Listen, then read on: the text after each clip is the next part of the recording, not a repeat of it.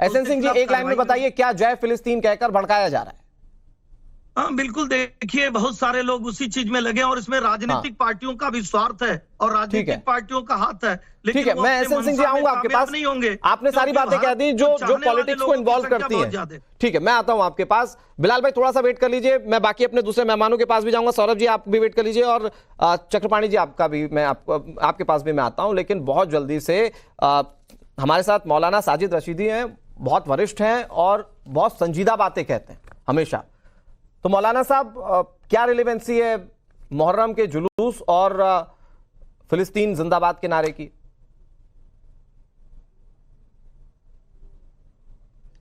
देखिए, मैं हिंदुस्तान और हिंदुस्तानी सरकार और दूसरे अदर स्टेट की सरकारों का दोहरा चरित्र आपको दिखाता हूं। आपने अभी खबरों में भी बताया और खुद भी बोलकर बताया कि 2.5 मिलियन की ग्रांट भेजी गई है, इमदाद भेजी गई है फलस्तीनियों के लिए जी।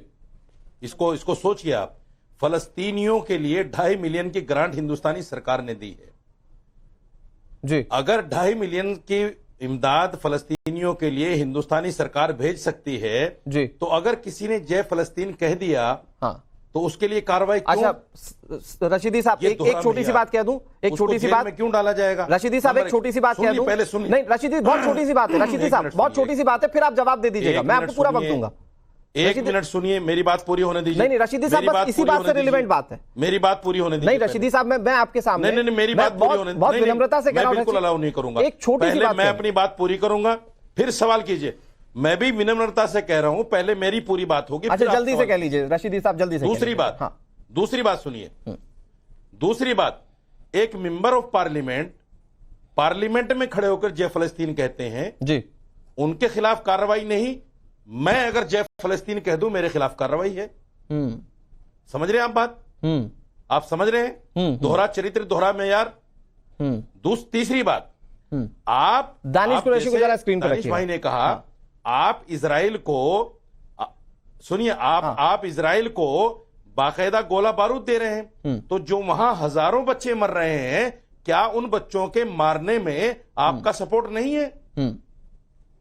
ठीक है, बताइए। अच्छा रशीदी साहब, अब मेरे कुछ छोटे से और मासूम से सवाल है कि नहीं है? रशीदी साहब, मैं बहुत छोटे से सवाल आपसे जानना चाह रहा हूं। आप बहुत संजीदा व्यक्ति और आपने बहुत शांति से अपनी बात कही। सुनिए रशीदी साहब, पहली बात नहीं होते, बीजेपी वाले होते हैं, बताइए। अरे सर, अब ठीक है, आप उसको बीजेपी कह लीजिए, कांग्रेस कह लीजिए, जिसका जो मने वो कह लीजिए। सवाल तो मैं वो पूछता हूं जो मौजूद है। सवाल सुनिए। बताइए। हाँ, सवाल बहुत छोटा सा है। देखिए सर, ऐसा है कि आप कह रहे हैं कि सरकार उन्हें ग्रांट दे रही है 2.5 मिलियन का, तो वो फिलिस्तीन का समर्थन कर रहे हैं। तो सरकार तो मतलब अगर ग्रांट दे रही है सरकार, तो आप चाहते हैं कि फिर जय फिलिस्तीन का इजाजत दे दिया जाए। तो सरकार तो इजराइल के साथ भी खड़ी है। सरकार ने तो सबसे शुरू में कह दिया था कि हम आतंकवाद के खिलाफ, और इजराइल पर अगर आतंकवाद हो रहा है तो हम उसके साथ खड़े हैं। तो आप जय इजराइल भी कह दीजिए, फिर इसी बात पे लगे हाथ। दूसरा मेरा सवाल ये, आप कह रहे हैं कि गोला बारूद भारत सरकार दे रही है, तो क्या हमास प्रायोजित आतंकवाद को आप सपोर्ट करेंगे? क्या जो हमास ने घुसकर मारा इजरायली लोगों के साथ, जो उसने जुर्म किए, क्या उसको सपोर्ट कर देंगे? क्या उसको रोकने के लिए गोला बारूद की जरूरत नहीं है? रशीदी साहब अब मेरी सुनिए, प्लीज मेरी सुनिए। अब दोनों सवाल आपके अनैथा हैं। अच्छा, दोनों सवाल आपके संवैधानिक नहीं है। अच्छा, आप मुझे बताइए, मैं हिंदुस्तान में रहता हूं, हाँ, मैं जय भारत बोलूंगा। जो सरकार मेरी फलस्तीन को ग्रांट दे रही है, हाँ, मैं जय फलस्तीन बोलूंगा। जो सरकार मासूम बच्चों को मार रही है, मैं उसको जय इजराइल क्यों बोलूंगा भाई? अरे तो हमास वाले नहीं मार रहे हैं क्या सर? मासूम बच्चों को कोई सरकार अरे मार रही है, जो फिलिस्तीन की मांग को लेकर हमास जंग लड़ रहा है, क्या वो मासूमों को नहीं मार रहे हैं? तो नहीं बोल रहा हूं मैं, जय हमास तो नहीं बोल रहा हूं। हाँ, लेकिन मैं जय हमास ये साइलेंट मोरल सपोर्ट नहीं है क्या? मैं आ रहा हूं, इसके सौरभ जी आपके पास आऊंगा। हमास नहीं बोल रहा हूं। 10 सेकंड में एक सवाल। नहीं, ठीक है, एसके सिंह जी प्लीज जल्दी से सवाल पूछिए। जैसे सिंह जी, 2.5 मिलियन, देखिए दो चीजें, एक तो मैं अपने मित्र से पूछना चाहूंगा जो यहाँ पे 2.5 मिलियन का सपोर्ट आप दे रहे हैं। देश का कोई कानून बनता है तो आप देश के साथ खड़े हैं कि दूसरे देश के साथ खड़े हैं? दानिश भाई आ रहा हूं। कानून बनाने का अधिकार है, कोई नीति और नियम जो है वो चुनी हुई सरकार लेती है। क्या वो चुनी हुई सरकार के कानून के साथ आप खड़े हैं कि नहीं खड़े? पहली बात। दूसरी बात, जब देश और धर्म को चुनना होगा तो आप धर्म को चुनेंगे या देश को चुनेंगे? ये दोनों चीज स्पष्टता से आप कह दीजिए। रशीदी साहब बहुत जल्दी से जवाब दीजिए, फिर मैं सौरभ जी के पास जा रहा हूँ। रशीदी साहब जल्दी जवाब दे रहा हूं। आपके लिए देश बड़ा है या धर्म बड़ा? मैं जवाब दे रहा हूं। आपने तो किसानों के, सुनिए, आपने किसानों के लिए भी 3 बिल बनाए थे, 3 बिल लेकर आए थे, आपको वापस लेने पड़े, मुंह की खानी पड़ी। आज बात सरकारें बहुत सारी बिल लाती हैं। देश की सरकार, हाँ, बता रहा हूँ मैं, वही उसी का, ये उसी का जवाब है। अगर वो कोई अरे दूसरे चुप देश तो से रहिए विदेशी महाराज, नीति बनाती है, आप उसके अरे साथ महाराज हैं चुप कि तो नहीं, ये रहिए। शब्द में बताइए ना। ठीक है, एसएन महाराज चुप तो रहिए, सिंह प्लीज जवाब ले लीजिए। एसएन सिंह जी जवाब दे रहे हैं। रहिए, हाँ, सुन तो लीजिए, जवाब तो सुनिए। देखिए, सरकारों के बिल पहले भी अगर गलत हुए हैं तो वो वापस हुए हैं। आपने भी 3 बिल वापस लिए हैं जब किसानों ने आप पर दबाव बनाया, काले बिल आप लेकर आए थे। अगर गलत बिल सरकार लेकर आएगी, हम उसके साथ क्यों खड़े होंगे भाई? ये मेरा संवैधानिक अधिकार है। मतलब धार्मिक तौर पर रशीदी साहब कुल मिलाकर ये कि धार्मिक तौर पर आपको सूट करेगा तो वो ठीक, नहीं सूट करेगा तो वो ठीक नहीं। ओके रशीदी साहब, मैं 1 मिनट आ रहा हूं आपके पास। एसएन सिंह जी, धार्मिक नहीं संवैधानिक। अच्छा ठीक है, एसएन सिंह जी मैं आ रहा हूं, संवैधानिक। ठीक है, ओके सर, वो धार्मिक संवैधानिक। सौरभ दुबे जी, मुझे ये बताइए कि मेरे सवाल जो मैंने पूछे कि भारत सरकार तो इजराइल का भी समर्थन कर रही है, ये कहते हुए कि हम शांति को सपोर्ट करते हैं, तो जय इजराइल के नारे लगा क्यों नहीं देते आप लोग? ये पहला सवाल था मेरा। और दूसरा सवाल ये कि क्या फिर ये कहते हुए कि हम वहां पर इंसानियत को बचा रहे हैं, हमास को किसी भी तरीके से क्लीन चिट दी जा सकती है क्या? तो क्या ये दोनों सवाल मौजूद नहीं है? क्या ये दोनों सवाल असंवैधानिक है जैसा कि रशीदी साहब कह रहे हैं, या आपको भी इन सवालों में दम दिखता है? देखिए, सबसे पहले अनुराग जी, आज जो है वो कोई त्योहार नहीं है, आज एक शहादत का दिवस है और मुहर्रम जो है वो शहादत के लिए मनाया जाता है। शहादत किसकी थी? शहादत थी हजरत इमाम हुसैन की, और उन्होंने पूरे जीवन जो है आतंकवाद से, अहंकार से, अराजकता के खिलाफ संघर्ष किया।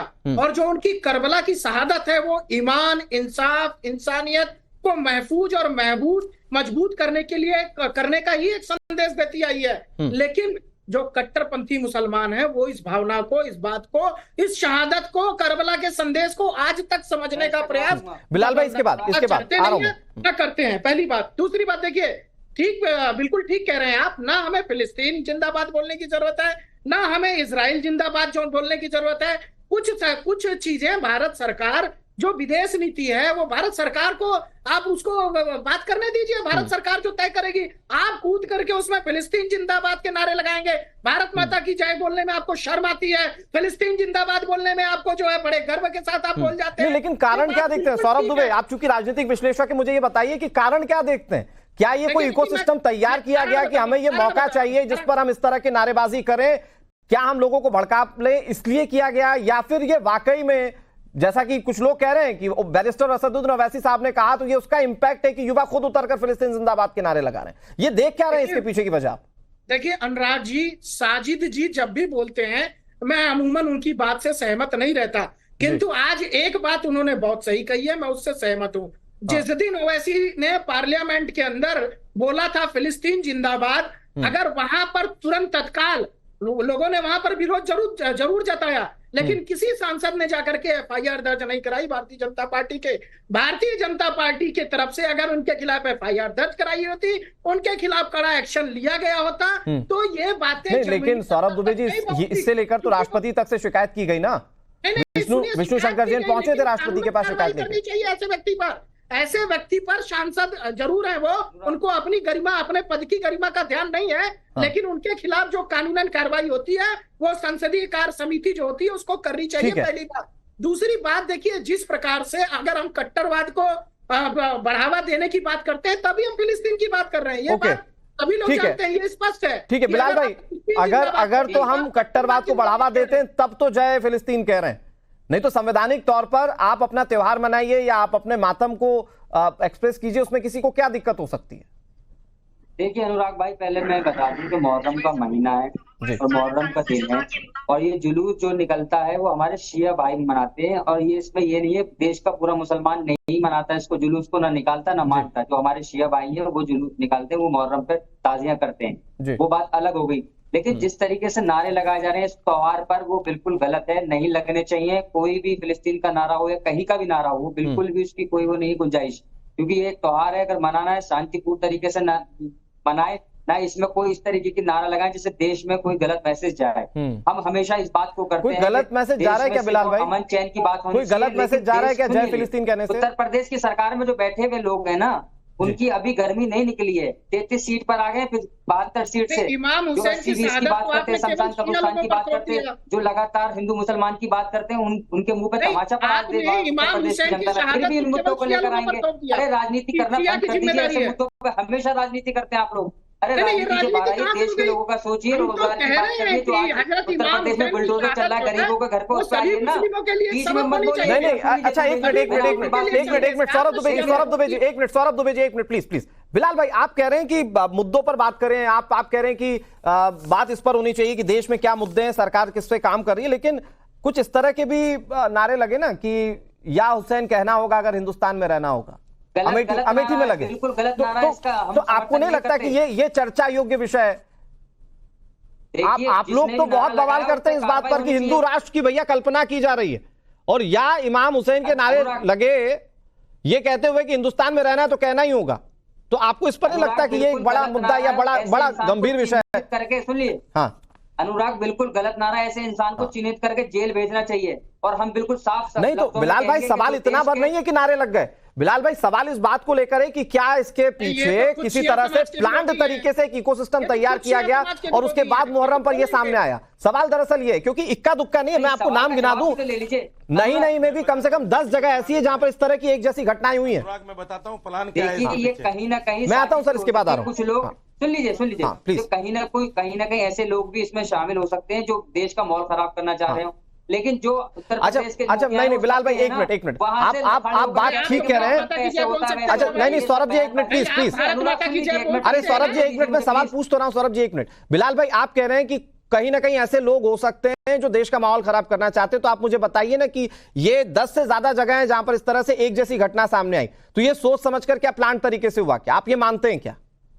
ये जांच का विषय है, उत्तर प्रदेश की सरकार जांच करेगी, लेकिन मतलब गुंजाइश है, सरकार में गुंजाइश है। अनुराग सुन लीजिए प्लीज, मुझे पूरा कंप्लीट। मैं आ रहा हूं, एसएन सिंह जी आ रहा हूं आपके पास। हाँ अनुराग जी प्लीज एक मिनट। जो उत्तर प्रदेश की सरकार में बैठे हुए लोग हैं, जो लगातार अल्टीमेटम दे रहे हैं कि मुहर्रम पे ऐसे होता है, उस सरकार में ये होता है, ये भड़काने का काम नहीं कर रहे क्या देश के अंदर? जो लगातार उल्टी बातें करते हैं, जो लगातार गर्मी निकालने की बात करते हैं, जो देखने की बात करते हैं, जो मॉब लिंचिंग पे चुप रह गए, देश में जो लगातार घटनाएं हो रही है उन पे नहीं बोलते, लेकिन चिन्हित करके कुछ लोगों को जानबूझकर टारगेट किया जाता है और माहौल खराब किया जाता है। उस पे इनसे नहीं तो बिलाल भाई, दिक्कत क्या है ना, इस देश की आयरनी क्या है कि आप अभी बैठकर कह रहे हैं कि कार्रवाई हो जाए जो फिलिस्तीन के नारे लगा रहा है, या हुसैन के जो नारे लगा रहा है सार्वजनिक, उस पर कार्रवाई हो जाए। कार्रवाई हो जाएगी तो आप उसे ही नजीर बनाएंगे और बोलेंगे देखिए साहब कार्रवाई कर दी एक धर्म विशेष पर। ठीक है, ओके, मैं आ रहा हूं आपके पास, लेकिन मैं एसएन सिंह जी, मैं आ रहा हूं आपके पास, थोड़ा सा वक्त दीजिए। स्वामी चक्रपाणी जी सारी चर्चा सुन रहे हैं। महाराज जी, क्या ये देश में जो हो रहा है, क्या ये धर्म को ऊपर रखकर, क्या एक पर्टिकुलर लोग धर्म को ऊपर रखकर ये सारी चीजें कर रहे हैं क्या? अगर तो आपको फिलिस्तीन के लोगों से सहानुभूति है, वहां पर जो निर्दोष मारे जा रहे हैं उससे सहानुभूति है, तो वो तरीका दूसरा हो सकता है, लेकिन आप जय फिलिस्तीन के नारे, वो भी तब जब आप मातम मना रहे हो, तो क्या ये जानबूझकर सोच समझकर भड़काने का कोई तरीका हो सकता है क्या महाराज जी? देखिए अनुराग जी, हमारे देश तो बिल्कुल सहिष्णु है, और देश नहीं पूरे विश्व का कोई भी व्यक्ति इस चीज को स्वीकार नहीं करेगा। फिलिस्तीन में जो मान लीजिए महिलाएं बच्चों के साथ, या जो भी जहन्नुम हो चुका है उनका जीवन, तो उसका कारण कौन है? उसका कारण अगर कोई है तो हमास है, जिसने सोए हुए इजरायलियों पर हजारों मिसाइल दाग दिए। उस समय तो ये कट्टरपंथी जो है जश्न मना रहे थे जब वहां पे इजराइल बच्चियों को, लड़कियों को अपहरण करके लेके चले गए, बच्चों तक को लेके चले गए। उस पे किसी ने आज तक हमास का जो है झंडा नहीं जलाया, किसी ने हमास की मुर्दाबाद के नारे नहीं लगाए कि आतंकी संगठन, जिसके कारण से आज फिलिस्तीन नरक बना हुआ है। वहां मासूम बच्चे, महिलाएं, सब पे अन्याय हो रहा है। कोई, हर व्यक्ति का हृदय पिघल जाता है, लेकिन उसके कारण में जाइए तो यह हमास जैसे आतंकी संगठन है जिसके खिलाफ अभी तक किसी कट्टरपंथी ने या किसी ने उसके खिलाफ जो है वो नहीं किया कि भाई इस तरह की विचारधारा खत्म होनी चाहिए। दूसरी बात आप देखो कि जो कुछ पिछले कुछ समय तक भारत माता की जय और वंदे मातरम के नहीं बोल सकता था, कहता था नहीं इस्लाम खतरे में पड़ जाएगा, जो कट्टरपंथी कहते थे, जब एक बार इन्होंने फिलिस्तीन जय मीम बोल दिया तो सभी जय फिलिस्तीन करने लगे। आप बताओ, भारत माता की जय बोलने में इनको शर्म आती है और जय फिलिस्तीन कर रहे हैं, जिस मातृभूमि पे खा रहे हैं, जहां पे जो है अपना रोटी कपड़ा मकान मिल रहा है, है, उसकी जयकार करने में, उसकी वंदे मातरम करने में इनके मजहब खतरे में कट्टरपंथियों के पड़ जाती है और जय फिलिस्तीन करने में गर्व महसूस करते हैं। तो इससे बड़ा शर्मनाक कुछ नहीं हो सकता। मौलाना साहब, आपको इस पे आत्मचिंतन करना होगा। देश दुनिया देख रहा है। सऊदी अरब ने क्या कहा कि वो लोगों ने कहा कि हम लोग असली मुसलमान हैं, बाकी दुनिया की दोयम दर्जे के लोग हैं। इस बात को सोचना होगा। अपना चरित्र आप ठीक करिए। और जो राष्ट्रभक्त नहीं है, जो मातृभूमि का बंधन नहीं कर सकता, वो दुनिया में किसी का नहीं हो सकता। जो अपने माँ बाप का नहीं होगा, दूसरे के माँ बाप का क्या होगा भाई? सबसे पहले आपको राष्ट्रभक्ति जागृत होनी पड़ेगी। ठीक है स्वामी जी मैं आ रहा हूं आपके पास। रशीदी साहब 20 सेकंड है, आप जवाब दे दीजिए, फिर मैं दानिश भाई के पास जाऊंगा, एहसन सिंह के पास जाऊंगा। तो निश्चित रूप से किसी की हिम्मत नहीं होती। ठीक है रशीदी साहब जवाब दे रहे हैं, प्लीज जल्दी से सर, 20 सेकंड। देखिए, बोलने को सौरभ जी ने भी बोला है और अभी चक्रपाणी महाराज ने भी बोला है।